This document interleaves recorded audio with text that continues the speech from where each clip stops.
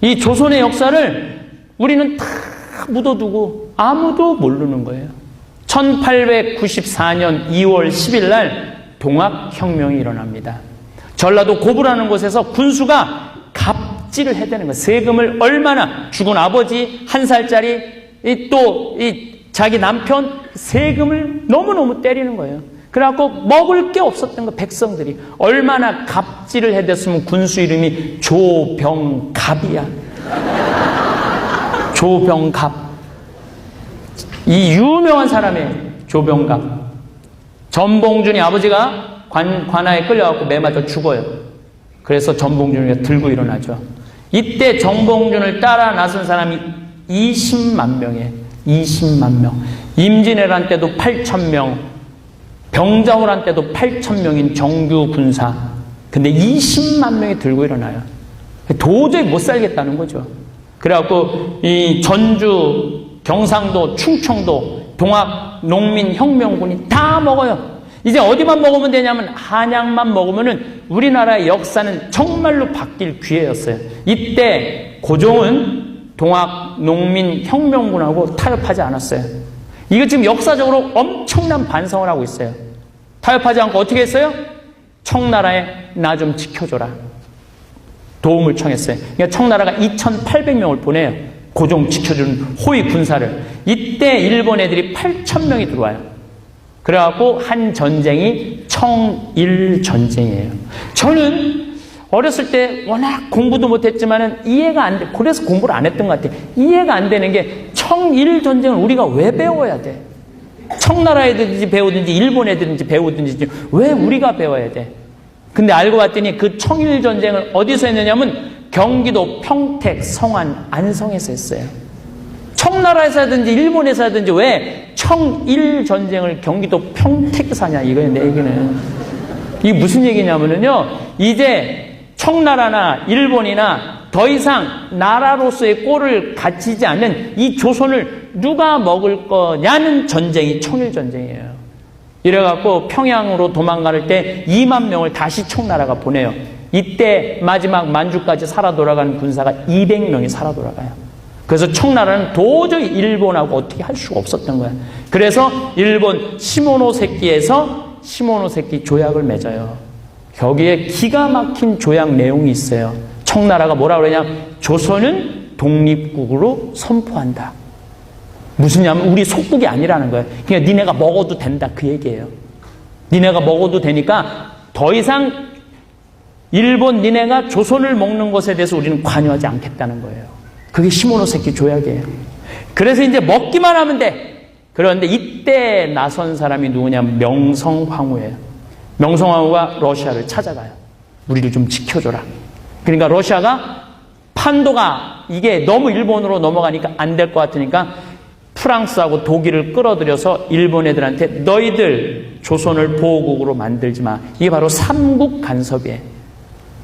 다 먹을 수 있는 나라를 누구 때문에 못 먹는 거야? 임진왜란 때도 못 먹은 나라인데 이제 먹을 수 있는데 누구 때문에 못 먹어? 여우 같은 명성황후 때문에 못 먹은 거야. 그래서 여러분들 1895년 10월 8일 날 실질적으로 여우 사냥이라는 이름으로 명성황후를 경복궁 건전청에 들어가고 죽여요.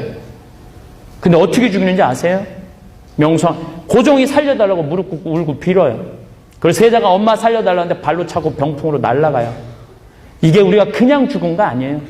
그리고 명성황후를 마당에 끌어내고 2번 난도질을 하고 난 다음에 자객 20명이 밤새 돌아가면서 강간을 합니다.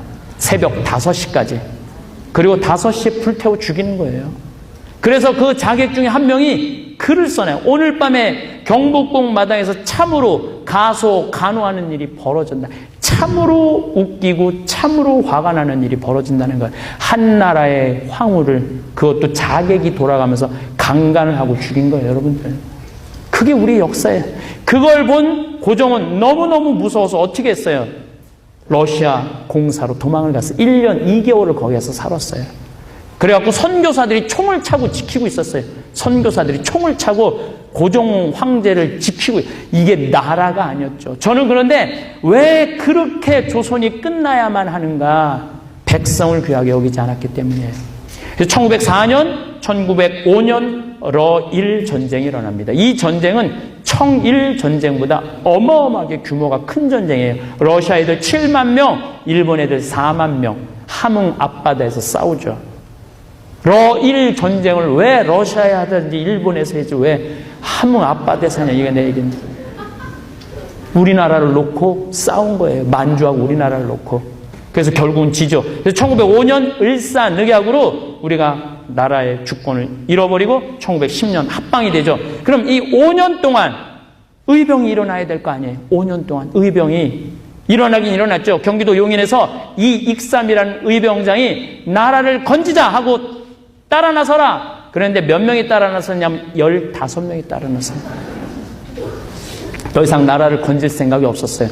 여러분들 동학혁명을 보면요, 일본군 800명이 우리나라 동학군을 4만 명을 죽일 동안 800명 중에 단 한 명도 안 죽어요. 단 한 명도, 일본 애들 한 명도 안 죽어요. 그게 우리나라하고 일본하고 현실이에요. 왜? 그때 동학군은 화승총을 갖고 있었어요. 이 침제하고 불붙이. 그때 일본 애들은 기관총을 갖고 있었어요. 죽일 수가 없었어요, 일본 애들을.